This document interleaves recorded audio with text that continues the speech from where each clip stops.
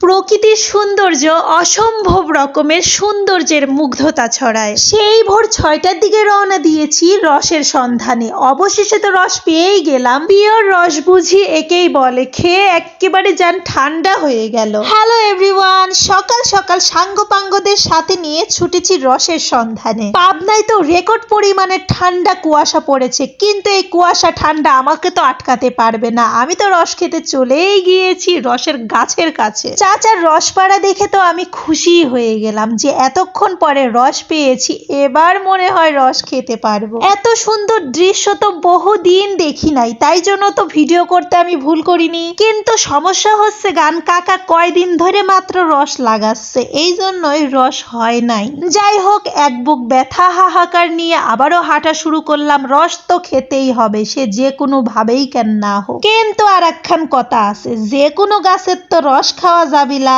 Safety আগে। ভালো কিছু পাওয়ার জন্য একটু তো কষ্ট করতেই হবে। আমি না হয় কুয়াশা ঘেরা রাস্তাতেই হাঁটলাম। রস কিন্তু পেয়ে গিয়েছি, তবে রসের খুঁটিতে নয়, রসের বোতলে। রস খাওয়াটা মেন কথা, বোতল হোক বা খুঁটি। খুঁটি দিয়ে কি করব? বুদ্ধি থাকলে বলে কেউ ঘর জামাই থাকে না, প্রবাদে আছে। তাই জন্য বুদ্ধি খাটিয়ে আমরা চায়ের দোকান থেকে ছাকনা নিয়ে এসেছি, আবার ব্যাগে করে গ্লাসও নিয়ে গিয়েছি। আহারে আমাদের বুদ্ধি, আমাদের সেলুট করা উচিত। সবাই রস পেয়ে ইচ্ছে মতো রস খাচ্ছে, আর আমি একটু টেস্ট করার পরে ইচ্ছে মতো ভিডিও করছি, তারপরে খেতে হবে। পাবনার বিখ্যাত ভ্লগার বলে কথা, ভিডিও না করলে শান্তি পায় না, বিখ্যাত একমাত্র আমিই জানি। হা হা, হাস্যকর। এইদিকে নানার রস দেওয়ার স্টাইল দেখে হাসতে হাসতে তো আমরা পুরাই শেষ। হাস্যরসিক মানুষ আর কি, যেটা আপনাদের সাথে অলরেডি আমি শেয়ারই করেছি। আরে টেকাই টেকা।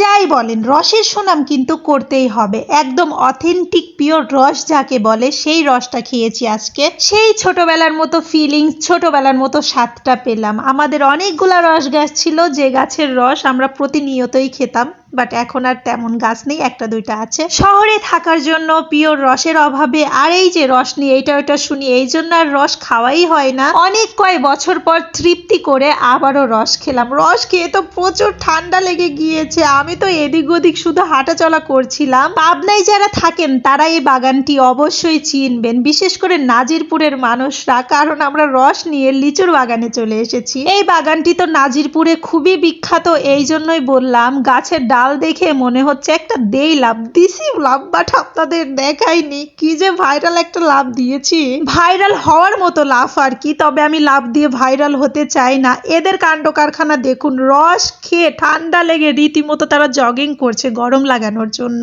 রস খেয়ে চা কে খায়? আমরা খাই ঠান্ডা বরফ রস খেয়ে, তারপরে গরম চা খাচ্ছি। ভালোই লাগছে কিন্তু। ওই যে বললাম না, সেফটি সবার আগে। শখও পূরণ করতে হবে, আবার সেফও থাকতে হবে। এই জন্য ঠান্ডা রস খাওয়ার পরে যাতে অসুবিধা না হয়, আবার গরম চা খেয়ে নিচ্ছি। ব্যালেন্স করে চলা যাহাকে বলে আর কি।